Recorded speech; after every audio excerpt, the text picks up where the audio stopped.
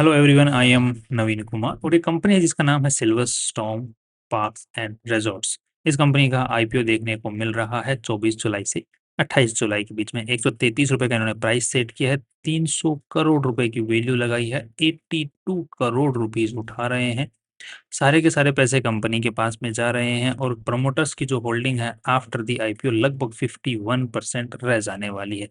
That looks kind of negative point कि 300 करोड़ की valuation के ऊपर में ही जो प्रमोटर्स हैं ऑलरेडी 100% मतलब पहले से ही, और 30% उनके पास से पहले ही गायब था, और अभी जो है 49% गायब हो जाने वाला टोटल मिला के। That's kind of negative. अब कंपनी के जो लीड मैनेजर हैं विवरो फाइनेंशियल सर्विसेज, वो 2025 में कुछ आईपीओज लेके आए थे और उनकी जो परफॉर्मेंसेज हैं वो कुछ की ठीक है। लिस्टिंग गेन मतलब अच्छा दिला पाए थे वो, और मार्केट प्राइस जो आज के दिन जो प्राइस चल रहा है वो 5 में से 4 का खराब चल रहा है, 1 का ठीक चल रहा है। उसकी लिस्टिंग भी अच्छी हुई थी और इसको तो हमने भी अच्छे से बहुत अच्छी रेटिंग दी थी कि ये वाली जो कंपनी है ये चलेगी। इस पे तो दोबारा भी वीडियो बनाया था। उसके अलावा देखा जाए मोटे-मोटे तौर पे तो दैट मीन्स की वैल्यू जो है एट पार लगा रहे हैं। कई बार क्या है कि कुछ कंपनियों के अंदर में एट पार वैल्यू लगाने के अंदर में मार्केट उनको एक्स्पोनेंशियल वैल्यू दे देता है। तो वो यहाँ पर सीन है। दैट मीन्स कि मैंने जो लीड मैनेजर हैं वो एट पार वैल्यू लगाने की कोशिश करते हैं मार्केट के हिसाब से ज़्यादा। That's okay.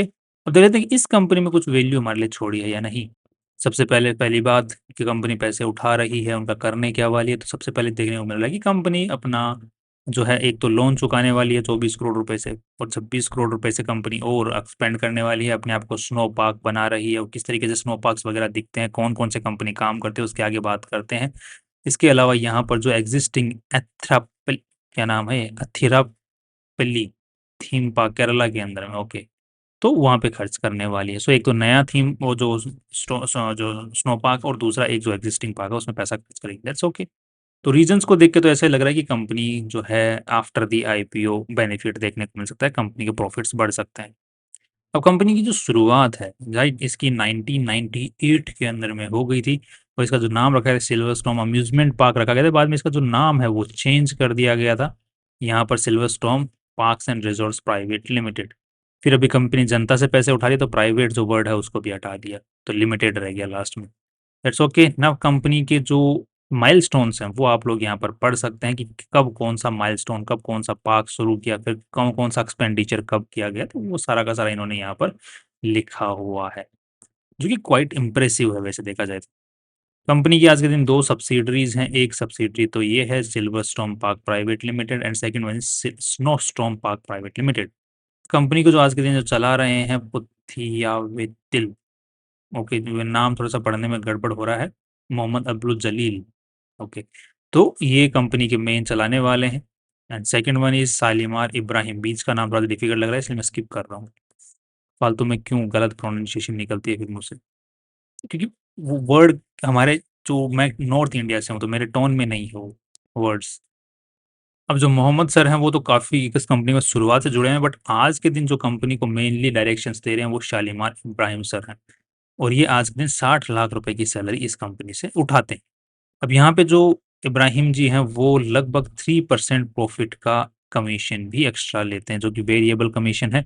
अब यहाँ पे ये चीज़ पॉजिटिवली मेरे को देखने को मिली कि यूजुअली कुछ कंपनियों के जो मैनेजर्स होते हैं वो रेवेन्यू के ऊपर में कमीशन लेते हैं। वो मेरे समझ में नहीं आता किस तरीके से, तो ये नेट प्रॉफिट पे कमीशन ले रहे हैं। That's kind of okay. तो ये इनको फोर्स करता है कि ज़्यादा से ज़्यादा प्रॉफिट कमा लिया जाए, तो लीगली ये पैसा ज़्यादा से ज़्यादा निकाल पाएँ। नेक्स्ट कंपनी का जो नाम है आज के दिन वो रजिस्टर्ड देखने को मिल रहा है, और कंपनी जो प्रॉपर्टीज यूज करती है वो कुछ तो आज के दिन लीज पे मतलब ओन्ड देखने को मिल रही है, मोस्टली ओन्ड देखने को मिल रही है यहाँ पर, और यहाँ पर एकर्स लिखा हुआ है, किसके नाम पे है वो भी यहाँ पर लिखा हुआ है। अब ये जो जो पर्टिकुलर प्रॉपर्टी है ये वाली भी ओन्ड देखने को मिल रही है। ये जो प्रॉपर्टी है ये एक पर्टिकुलर लीज पे देखने को मिल रही है, जो कि लॉन्ग टर्म के लीज के ऊपर में है। अभी भी काफी टाइम बचा हुआ है इसमें। That's again an positive point कि एक लॉन्ग टर्म अप्रोच लेके चल रहा है जो कंपनी वाले हैं वो शुरू से ही, क्योंकि ये बिजनेस जो है काफी टाइम से चलता हुआ रहा है एज अम्यूजमेंट पार्क। जो एक्सपेंशन है उसका जो प्लानिंग चल रहा है वो अभी जो नया सिस्टम मैनेजमेंट आया है वो ध्यान दे रहा है उस चीज के ऊपर में, कि अभी क्या है कि जो स्नो स्टॉर्म्स हैं या फिर स्नो सिटी, स्नो से रिलेटेड जितनी भी चीजें हैं, जो बर्फबारी वाली चीजें हैं, तो उनका थोड़ा सा क्रेज जो है शहरों के अंदर में बढ़ रहा है। तो उस चीज़ का कंपनी फ़ायदा उठा रही है और उसी में एक्सपेंड कर रही है अपने आप को। तो वो अम्यूज़मेंट पार्क के साथ में लिंक होता है और इनके पास में ऑलरेडी जो अम्यूज़मेंट पार्क है वहाँ पर जो मेन वाला है केरला वाला, वहाँ पे उन्होंने वो लगाया और उसके बाद में अच्छा उसका रिस्पॉन्स देखने को मिला, तो वो ये एक्सपेंड कर रहे हैं उस चीज़ को, दैट्स नाइस। ये आप लोग देख सकते हो इनके जो snow world, snow amusement park जो है, उसकी फ़ोटोज़ वगैरह। अब इनका जो अम्यूज़मेंट पार्क है उसके अंदर में ये रहने की व्यवस्था भी देते हैं। ये इनका जो स्नो हाउस है अगेन उसका आपको एक थोड़ा-सा देखने को मिल रहा है अगेन। अब यहाँ पे लिखा हुआ है कि ये कहाँ पे है, तो वो भी आप लोग देख सकते हो राइट फ़ोटोज़ के ऊपर।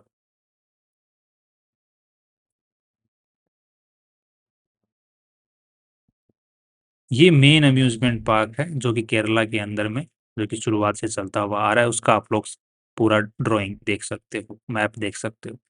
अब जो कंपनी आईपीओ से पैसे उठा रही है वो ये लखनऊ वाला जो स्नो पार्क एनएफडीसी है इसमें पैसा खर्च करने वाली है। बाकी ये वाला जो है ऑलरेडी चल रहा है और ये वाला जो मेन है इसके अंदर तो सारी सुविधाएँ देखने को मिल रही हैं। अब कंपनी का जो रेवेन्यू आता है वो 2 तरीके से आता है। एक तो टिकट बेच के जो कि मेन टिकट होती है कि आप आइए एन्जॉय करिए अम्यूज़मेंट पार्क के अंदर। फिर अम्यूज़मेंट पार्क में एंटर करने के बाद में फिर एक्स्ट्रा जो आप चीज़ें करते हो, जो पानी के साथ में या जितने भी जो इंक्लूडेड है उनके अलावा जैसे स्टे का हो गया या फिर खाने-पीने का हो गया, बेवरेजेज़ का हो गया, वो नॉन टिकट रेवेन्यू होता है। तो वो उसपे अगर कंपनी जो है आने वाले टाइम के अंदर में ध्यान देने वाली है और वो दोनों की ही यहाँ पर ग्रोथ देखने वाली है। बिकॉज़ अल्टीमेटली अगर ये ग्रोथ होएगी ऊपर वाला तो नीचे वाला तो ऑटोमैटिकली ग्रोथ हो ही जाएगा। जब कस्टमर एक बार अम्यूज़मेंट पार्क में आ ही गया तो वो खाएगा, पिएगा, रहने की व्यवस्था भी जितने ज़्यादा आएँगे वो करेंगे ही, राइट?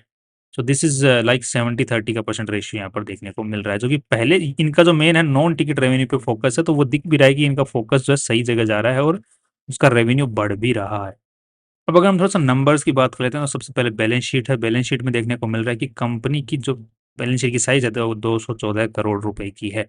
नेक्स्ट उसमें से अगर देखा जाए तो शेयर होल्डर्स का जो पैसा है वो लगभग 130 करोड़ रुपया है, राइट? तो मोटा-मोटा देखा जाए तो debt to equity ratio managed नज़र आ रहा है आज के दिन। अब कंपनी ने अच्छा खासा लोन यहाँ पर लिया हुआ है बिकॉज़ कंपनी एक्सपेंशन पे ध्यान दे रही है, राइट? तो अपने आप को फैला रही है, स्नो जो स्टॉर्म वाले जो नए स्टोर्स हैं, लखनऊ के अंदर में खोल रही है, नया अभी रिसेंट में खोला था फिर से, राइट? तो उसके बाद में अच्छा खासा खर्चा हो रहा है और वो लोन से कर रही है। नेक्स्ट अब जो और खर्चा होने वाला है, जो नए स्टोर्स खोलने में, जो लखनऊ वाला भी खोल रही है, उसमें जो बाकी पैसा बचा हुआ है, वो कंपनी लोन वाला तो चुकाने वाली है आईपीओ के पैसों से और बाकी जो काम बचा हुआ है, वो आईपीओ के पैसों से ही खर्च करके उसको खोलने वाली है। That's a positive thing over here. So मोटे-मोटे तौर पे कंपनी तो मुझे ठीक लग रही है, अभी तक के डेटा को देखते हुए बस शेयर होल्डिंग जो है प्रमोटर्स की वो काफ़ी कम हो गई है। तो बट उनके पास में भी कोई ऑप्शन नहीं है कि अल्टीमेटली या तो लोन पे उठा करके पैसा क्या मतलब उसका देते रहो, इंटरेस्ट पे करते रहो या फिर कुछ लोगों को मतलब एक बार पैसे उठा लो, बाद में बायबैक कर लेंगे शेयर्स वगैरह या फिर कोई दूसरी स्कीम निकाल के प्रेफ़रेंशियल शेयर्स इश्यू करके वापस कंट्रोल ले लेंगे कंपनी का। मेजॉरिटी कंट्रोल तो अभी भी है 51% बट स्टिल उससे भी ज़्यादा अगर कंपनी बढ़ाना चाहे बिकॉज़ टू पे द डिविडेंड ज़्यादा से ज़्यादा खुद को, तो वो कर सकती है फ्यूचर के अंदर में, दैट्स ओके। नेक्स्ट कंपनी का जो रेवेन्यू है वो किस तरीके से बढ़ रहा था, यहाँ पर 19 करोड़, यहाँ पर 31 करोड़, यहाँ पर 44 करोड़। तो ये एक थोड़ा-सा नेगेटिव पॉइंट अगेन देखने को मिल रहा है कि पिछले 2001 से कंपनी के आस-पास में चल रही है, लाइक 1998 से कंपनी चल रही है और रेवेन्यूज़ 18-19 करोड़ रुपए की 2024 में पहुँची है, राइट? और फिर अचानक से 2 साल के अंदर में 45 करोड़ पे पहुँच गई।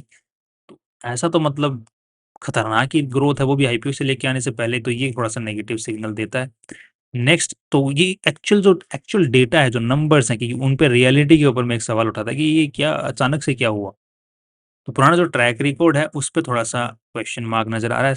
नेक्स्ट यहाँ पर जो नंबर्स हैं, नेट प्रॉफिट्स हैं, वो 96 लाख से सीधे 10 करोड़, 10 करोड़ से सीधे 19 करोड़ का नेट प्रॉफिट यहाँ पर हो गया है। अब यहाँ पे मोटे-मोटे तौर पे अगर देखा जाए तो जो खर्चा है, कंपनी बोल रही है कि हमारा जो खर्चा ऑफ मेंटेनेंस है, वो तो सेम ही रहेगा, वो तो बढ़ेगा नहीं।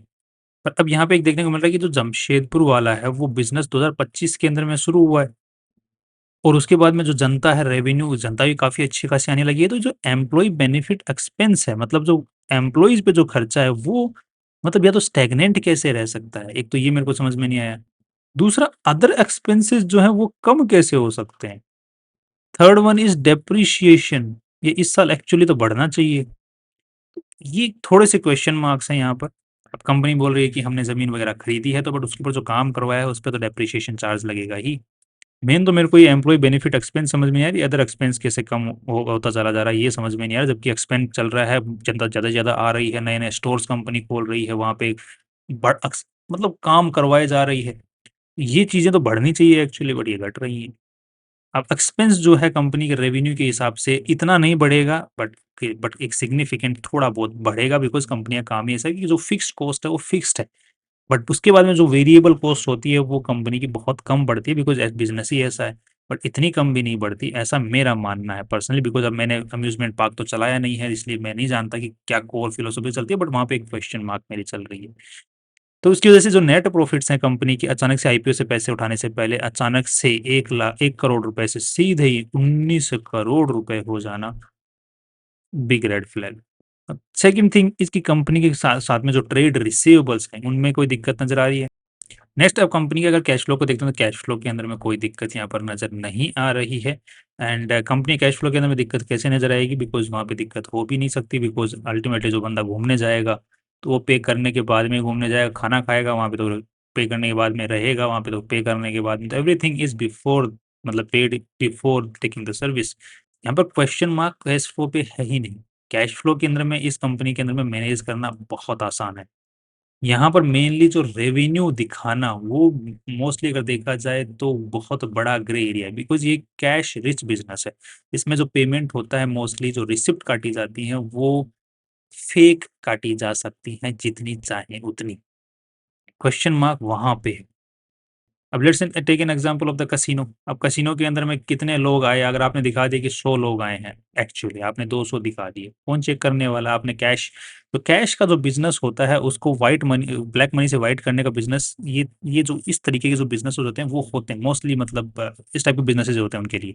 अब मैं ये नहीं बोल रहा हूँ कि इन्होंने किया है, बट इनके जो नंबर्स हैं वो हाइपोथेटिकली एक गलत तरफ इशारा कर रहे हैं कि एक्सपेंसेस ना बढ़ करके रेवेन्यूज़ बहुत भयंकर तरीके से बढ़ जाना, और फिर आईपीओ से 2 साल पहले के अंदर में ही, और प्रमोटर्स का जो स्टेक है वो 50% तक आस-पास में पहुँच जाना, ये एक बहुत बड़ा क्वेश्चन मार्क कहीं न कहीं खड़ा रेज़ करता है। So now I am not saying कि ऐसा हो रहा है, आई एम सेइंग कि ऐसा भी हो सकता है, there is a probability, because grey areas हैं। अब राइट, तो that is what I am saying. देखो, जब भी हम कंपनी का एनालिसिस करते हैं तो हमें चारों तरफ से जो हमारे क्वेश्चन्स रेज़ होते हैं हमारे दिमाग में, वो सारे के सारे क्वेश्चन्स का आंसर ढूँढने के बाद में इन्वेस्टमेंट करने के बारे में सोचा जाता है ऑब्वियसली। लेट्स अज्यूम कि हम लोग मार्जिन ऑफ सेफ्टी को यूज़ कर लेते हैं, पिछले साल का जो नेट प्रॉफिट है 10 करोड़ रुपए, उसको मान लेते हैं एज़ कि यार ये एक्चुअली इतना तो बन गया होगा, बिकॉज़ नया मैनेजमेंट की नया जोश, नया खून, एक्सपेंशन पे ध्यान दे रहे हैं। तो इतना आई मीन कमा लिया होगा, राइट? तो 10 करोड़ रुपए इस साल कमा लिया होगा, और बाकी चलो मान लेते हैं कि बाकी जो फेक है उसको फेक मान लेते हैं, मार्जिन ऑफ सेफ्टी मान लेते हैं हम लोग, ठीक है? ले लेते हैं यहाँ पे। उसके बाद में हम कंपैरिज़न करते हैं 10 करोड़ के हिसाब से, तो यहाँ पे 30 का पी रेशियो निकल के आता है। तो वंडरला हॉलिडेज़ है, इसका कॉम्पिटिटर है, उसका भी 30 का पी रेशियो, 35 का पी रेशियो है। इमेजिका वर्ल्ड, इसका जो है, क्योंकि इसका तो बहुत ही ज़्यादा चल रहा है। ओके, इमेजिका वर्ल्ड की तो स्टोरी ही अलग चल रही है आज के दिन। बिकॉज़ इमेजिका वर्ल्ड वालों ने बहुत ज़्यादा एक्सपेंशन कर लिया, तो अब जितना नेट प्रॉफिट है, मतलब कंपनी पैसा कमा रही है इमेजिका वर्ल्ड, बस नेट प्रॉफिट नहीं कमा रही है बिकॉज़ ऑफ द डेप्रिसिएशन। इसीलिए इमेजिका वर्ल्ड के अंदर में हमें कैश फ्लो पे चलना पड़ेगा, और कैश फ्लो आज के दिन 110 करोड़ रुपए के आस-पास में। सो अब डेप्रिसिएशन जो है वो कंपनी के कैश में ही आ रहा है, राइट? तो ये आप लोग यहाँ पर देख सकते हैं। इंटरेस्ट कंपनी का नहीं जा रहा है, इसका मतलब इंटरनल एक्रूवल से जा रहा है। इंटरनल एक्रूवल मतलब कंपनी के पास में कैश जा रहा है, तो अल्टीमेटली जो नेट प्रॉफिट है वो 100 करोड़ रुपए के आस-पास में हम लोग मान के चल सकते हैं। तो अगेन 90 से 100 करोड़ रुपए, तो अगेन इसका पी रेशियो भी 30 का ही निकल के आता है। और कंपनी का मार्जिन ऑफ सेफ्टी यूज़ करके चलते हैं, तो वहाँ पे भी 30 का ही निकल के आता है। दूसरा, इमेजिका वर्ल्ड को देखते हैं तो यहाँ पर इसका 74% मालिकाना हक प्रमोटर्स के पास में है। वंडरेला हॉलिडेज़ को चेक करते हैं, तो इनका 62 के पास डीआईआई भी इंटरेस्ट लेके बैठे हुए हैं। इमेजिका वर्ल्ड को चेक करते हैं, तो यहाँ पर भी एफआई एंड डीआईआई इंटरेस्ट लेके बैठे हुए हैं।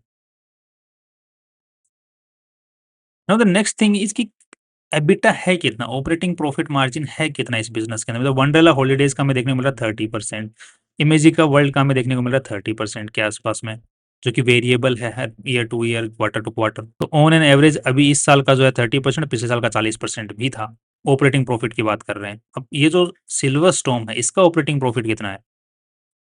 इसका 70% ऑपरेटिंग मार्जिन प्रॉफिट है, और जो कि उनके मुकाबले 30-40% है, इसका 70% निकल के आ रहा है, इसीलिए मैंने क्वेश्चन मार्क लगाया था। कि दूसरे के कॉम्पिटिटर्स का इतना क्यों नहीं है और आपका इतना कैसे है, वो भी अचानक से। That is the main question mark. तो मैंने कंपैरेटिवली भी आपको देख के बताया। एक होता है प्राइस टू सेल्स रेशियो कि कितना कंपनी का मार्केट कैप चल रहा है उसके साल के रेवेन्यू के मुकाबले। तो वंडरला का हम लोग चेक करते हैं तो यहाँ पर 6 का चल रहा है। इमेजी का वर्ल्ड का अगर हम लोग चेक करने की कोशिश करते हैं तो ये लगभग 7 का चल रहा है, और जो आईपीओ लेके आ रही है कंपनी इसका अगर हम लोग चेक करने की कोशिश करते हैं तो इसका लगभग 7 का चल रहा है। तो market price to sales ratio हिसाब से ही चल रहा है। तो उसके बाद में जो नेट प्रॉफिट का रेशियो है वो गड़बड़ नज़र आ रही है। Next is PB ratio, price to book value. तो यहाँ पर कंपनी जो पैसे उठा रही है दैट इज़ 80 करोड़। कंपनी के पास में जो ऑलरेडी नेटवर्थ देखने को मिले दैट इज़ 70 करोड़, 14 15 एक 150 करोड़, 150 करोड़ 2 का पीबी रेशियो निकल के आता है।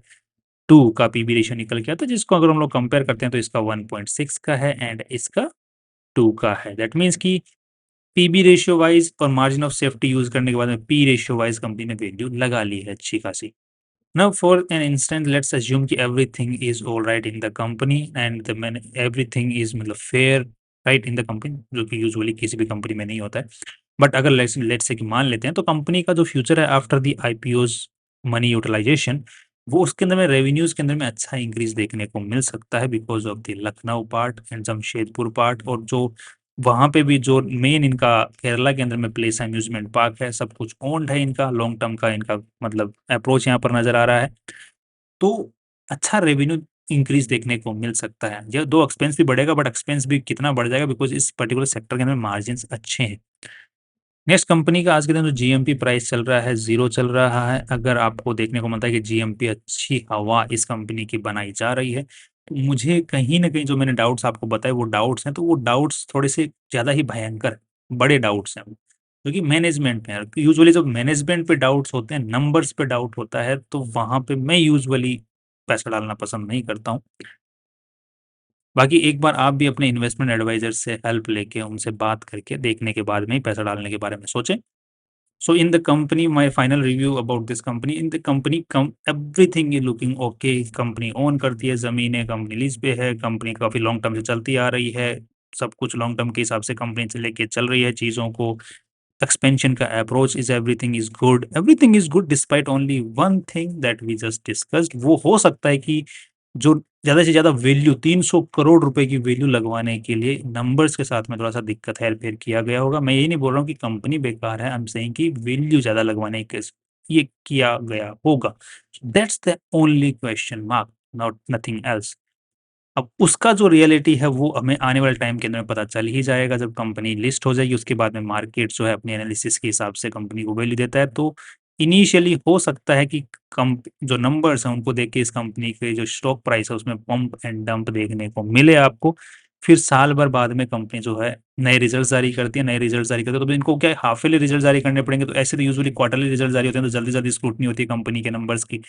बट हाफ ईयरली रिजल्ट जारी करेगी एसएमई सेगमेंट के अंदर में। तो वो जब 2-3 ये जो अपने रिज़ल्ट्स नए जारी करने वाले हैं, तो उसमें इस कंपनी की अच्छी स्क्रूटनी हो जाएगी, जो रियलिटी है वो भी हमारे सामने आ जाएगी। तो उसके बाद में हम लॉन्ग टर्म का जो इन्वेस्टमेंट है इस कंपनी में बनाना चाहिए कि नहीं बनाना चाहिए, उसके बारे में सोच सकते हैं। So as of today I am not मतलब not positive in the listing short term and the long term in this company. Finally see you tomorrow.